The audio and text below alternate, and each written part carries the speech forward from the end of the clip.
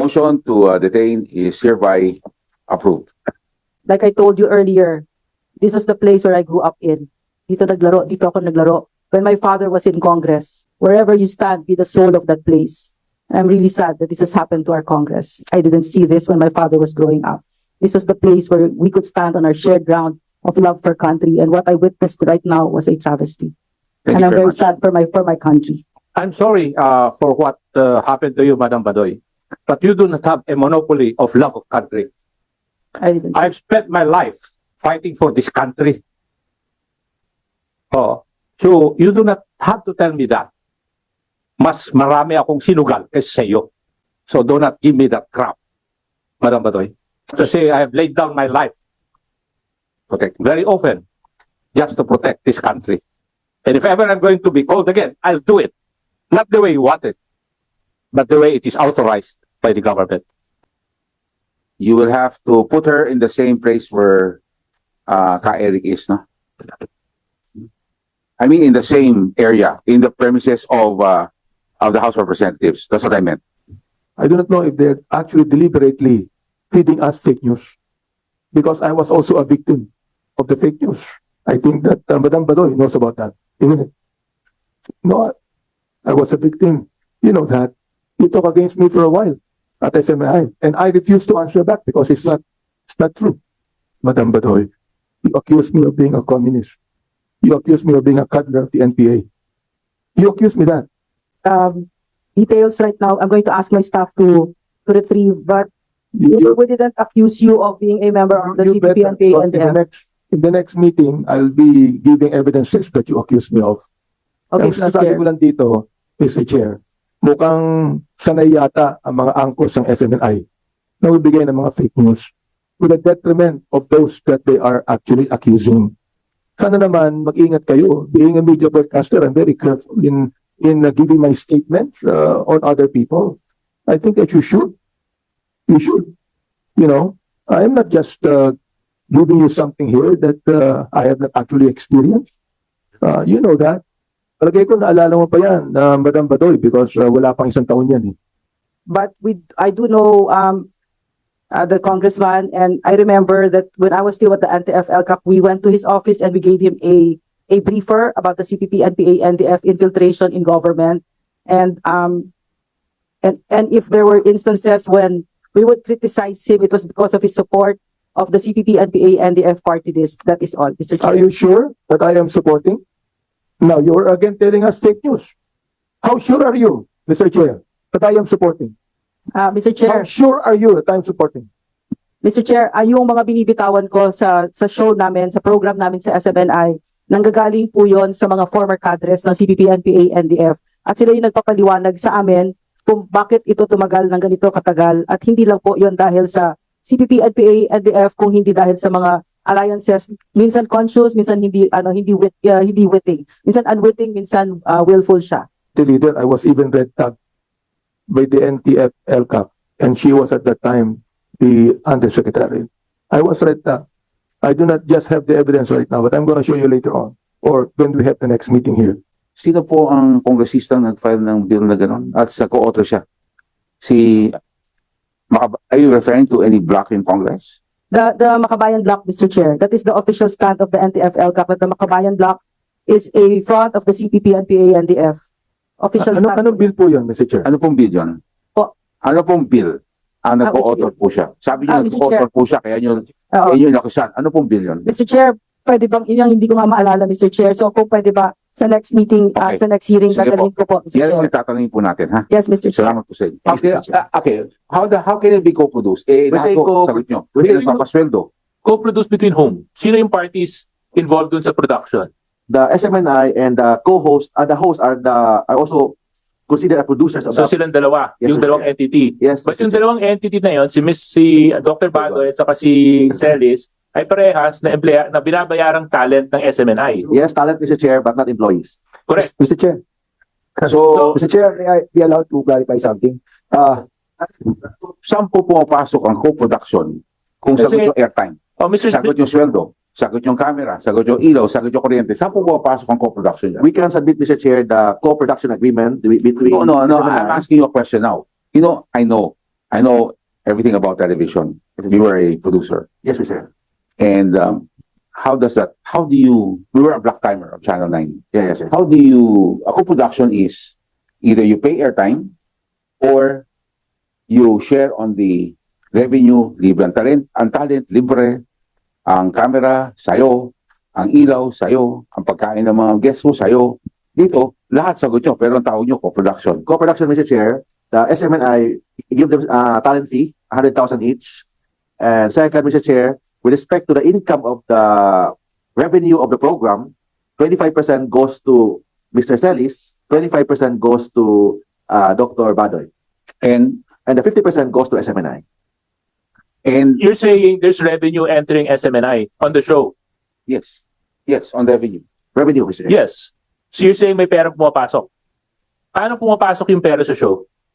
Advertisement, Mr. Chair, if there is. So may mga advertisers, may mga ads na lumalabas. There are minimal, there are Okay. few, Mr. Okay. Chair.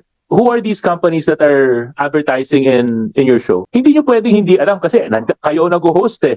Mr. Pwede ba Chair, naman yun? Mr. Chair, could I respond? Yes. Okay, so, honest answer here is because we're so, this work, as you can imagine, is very intense. Mr. diba? Chair, So, Mr. what Chair, we do just a moment. is- Mr. Chair, may Yes. check. Yeah, So you're being honest now. Kanina hindi ka honest. No, could I also respond to that? yes. No, no, no, no, no. Respond to Mr. that. Mr. Chair, I just have, ito sa question similar to Mr. Celiz kanina. I just need a name. Kilala nyo mga. I asked for the source, ayaw nyo ibigay. Ngayon, ito simple lang. Sino yung mga nag-a-advertise sa show ninyo? Okay, there's, Mr. Chair, there's e-fuel. What else? Mr. Chairman, Ano Mr. pangalan Chair, po? Ano kasi sa pangalan? totoo lang, ang konti talaga ng sponsors dyan. Because the anti-CPP work is not sexy. Nobody wants to touch it. So kami lang talaga dyan, Mr. Chair. Hindi ba dapat alam nyo kung sino ang mga sponsors nyo? Dahil may porsyento po kayo, may revenue sharing kayo as manifested by the Attorney Tolentino. Na may 25% ka, may 25% si Ka Eric. Hindi ba responsibilidad nyo na sino ang mga sponsor na to? Mr. Chair, I honestly don't care about the money. That's the truth. Gusto ko lang tapusin ito. Pwede ko bang mag-respond dun sa sinabi ni Ano po tatapusin ho ninyo? yung CPP, NPA, NDF, sir? Chair, Mr. Chair. Yun nga, Chair, Mr. Chair. Alam po nyo, hindi ho natin pwedeng kasi that's where Congressman JJ is coming from. Mm. You all have a share. Ergo, you should know who your sponsors are. The show has no advertisers. But in case there's advertisers, Mr. Chair, that is the share. 50% SMNI. No. 25%. Okay, wait. Para lang. You're saying na walang advertisers? As of today, Mr. Chair, none, Mr. Chair. Ano yung sinabi ni Attorney Badoy na e-fuel, food Chairman, card, Galileo water, Mr. ano Chair. yun?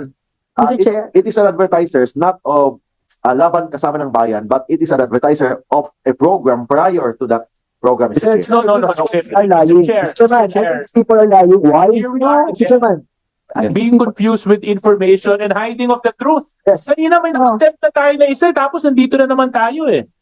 Alam nyo, No. Mr. Chairman, dito po sa breakdown ng revenue nila, lumalabas dito na yung pong revenue nun, nanggaling lamang po sa mga radio station nyo. Walang lumalabas sa revenue na nanggagaling po doon sa show ninyo. And I think you are lying dahil dito po naka-breakdown po ang revenue. Itong istasyon ang kumita ng 105 million ng 2022. Kumita ng 2021 ng 41.8. Kanina sabi ni attorney, wala daw advertisement and promotion. Dito sa advertising and promotion nyo, 12 million ang ginastos nyo ng 2022. At noong 2021, binload nyo nga 810,000 lamang tapos ang 2022 is 12 million. In other words, Mr. Chairman, clearly, nagsisinungaling kayo, Ma'am Badoy. Dahil sinasabi nyo, kumikita kayo sa pagiging co-producer, pero hindi nakalista po sa breakdown ng inyong mga revenue. So how can you explain that the one that you have submitted in this copy, hindi kasama yung revenue ninyo, being a producer? How can you explain that? May I, Mr. Chair? yes, go Mr. ahead. Chair, can I just put this on the record? We've already cited an individual in contempt earlier for failing to provide the information that the committee requires. To SMNI right now, again, very, very, very thin ice. Both of you magkatabi kayo. Sinabi mo, abogado mo to. Kayo magkatabi, hindi pa kayo magkasundo kung ano ba talaga yung totoo. Sabi mo, may tatlong nag-advertise. Sabi ng katabi mo, wala. I respond? move to declare Madam Badoy in contempt. I second. There's a motion. Duly seconded by the Honorable Acop on the motion of the Honorable Benny Abante. Pwede po bang magsalita, Mr. Chair? Yes. The Mr. Chair. Honorable, there's a second. The chair hearing no objections. Acting in a disrespectful manner because she was found lying, Mr. Chair. That would be my reason to make a motion to declare her in contempt. Mr. Chair, may I respond? Okay. There's a motion by the Honorable Benny Abante, seconded by the Honorable Acop. The chair in objection. The motion is approved. Motion to detain is hereby approved. Like I told you earlier, this is the place where I grew up in. Dito ako naglaro. When my father was in Congress.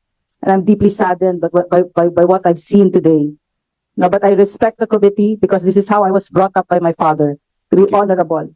And to have my fullest trust pa rin in the institution. Hindi natitinag yan, Thank you. Mr. Chair. Thank you. May tanong na po ko. Yes, Mr. Chair. He was part of which Congress? What's the name of your father? Anacleto Badoy, Jr. In what Congress was he part of? I don't know, Mr. Chair. That was in the 70s, late 70s and early 80s. Okay, thank you very much. Meron pong Rumi na quote, yung poet na Ruby. Wherever you stand, be the soul of that place. And I'm really sad that this has happened to our Congress. I didn't see this when my father was growing up. This was the place where we could stand on our shared ground of love for country. And what I witnessed right now was a travesty. Thank And you I'm very very much. sad for my country. Mr. The Chair, Honorable Acop. I'm sorry for what happened to you, Madam Badoy. But you do not have a monopoly of love of country. I didn't see. I've spent my life fighting for this country. Oh, so you do not have to tell me that. Mas marami akong sinugal kaysa sa iyo. So do not give me that crap, Madam Badoy. Thank you very much. Kasi I have laid down my life Protect. very often just to protect this country. And if ever I'm going to be called again, I'll do it. Not the way you want it. Not the way it is authorized by the government. To Madam Badoy when I was fighting the NPAs. 1986. This government almost lost to the NPAs. I was there fighting the NPAs. I do not know where were you at the time. So please, do not make a monopoly of the love of country. All of the congressmen here love our countries. That's why we're here. We're not just politicians. We are people that love our own nation. That's why we're serving our nation. So please, do not make that statement to me. It is still a lie, Mr. Chair. Mr. Chair.